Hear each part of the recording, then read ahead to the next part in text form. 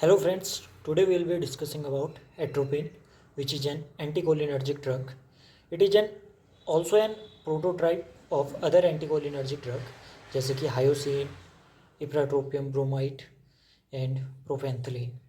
तो ये जो बाकी ड्रग्स हैं इनके एक्शंस को भी आप समझ सकते हैं अगर आप एट्रोपिन के एक्शन को समझ जाते हैं तो ठीक है।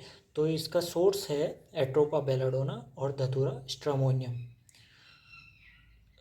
ये जैसे कि आपको पता है कि ये पैरासिम्पथेटिक नर्वस सिस्टम को इनहिबिट करता है, तो उस वजह से ही इसको पैरासिम्पथोलाइटिक्स भी कहा जाता है। अब आ जाते हैं हम इसके फार्माकोलॉजिकल एक्शंस पे।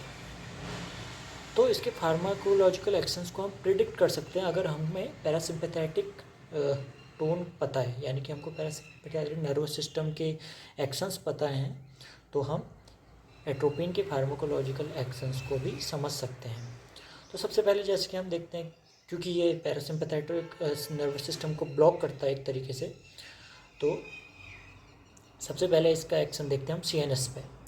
तो सीएनएस में अगर पूरी तरीके से देखें तो ये एक स्टिमुलेशन प्रोवाइड करता है, सीएनएस को एक्साइटेटरी एक्शंस को करता है। देन हम आ जाते हैं सीवीएस पे, कार्डियोवैस्कुलर सिस्टम पे। कार्डियोवैस्कुलर सिस्टम में हार्ट पर ये क्या करता है, टैकीकार्डिया कॉज करता है, यानी कि हार्ट बीट की जो रेट है उसको बढ़ाता है, ठीक है। और वहीं आप पे बीपी पे अगर देखें तो बीपी पे टैकीकार्डिया और वैसोमोटर स्टिमुलेशन के वजह से बीपी जो होता है वो बढ़ता है, इंक्रीज होता है। बट अगर यहाँ पर थोड़ा सा एक और एक्सेप्शन आ जाता है कि जब डोजेस बहुत ज़्यादा हायर होती हैं तो वहाँ पे हिस्टामिन का भी एक्शन होता है, जिस वजह से बीपी पे नेगेटिव इफेक्ट पड़ता है, यानी कि बीपी लो होता है। बट इन जनरल हम यही कह सकते हैं कि बीपी ये क्या करता है, बीपी को इंक्रीज करता है ड्यू टू टैकीकार्डिया। देन हम देखते हैं कि आई पर ये कॉज करता है माइड्रियासिस, यानी कि ये कॉज करता है प्यूपिल का डायलेशन। देन हम देखते हैं स्मूथ मसल्स पे, जैसे कि आपको पता है एसिटाइलकोलिन स्मूथ मसल्स का कॉन्ट्रैक्शन करता है, तो एट्रोपिन क्या करेगा, उसका उल्टा एक्शन यानी कि रिलैक्सेशन।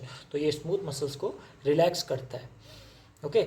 जहाँ पर भी पैरासिम्पथेटिक मोटर्स जहाँ जहाँ पहुँचेंगी, जिस जिस स्मूथ मसल्स में पहुँचेंगी वहाँ वहाँ एट्रोपिन क्या कॉज करेगा, रिलैक्सेशन कॉज करेगा। देन हम देखते हैं ग्लैंड्स पर।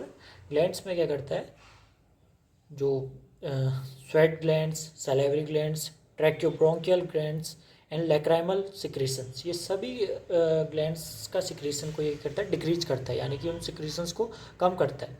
देन हम देखते हैं कि बॉडी टेम्परेचर पर क्या असर पड़ता है। बॉडी टेम्परेचर को ये क्या करता है, बढ़ाता है। हायर डोजेज अगर हम एट्रोपिन के देते हैं तो बॉडी टेम्परेचर को वो इंक्रीज करती है। देन हम देखते हैं लोकल एज लोकल एनेस्थेटिक।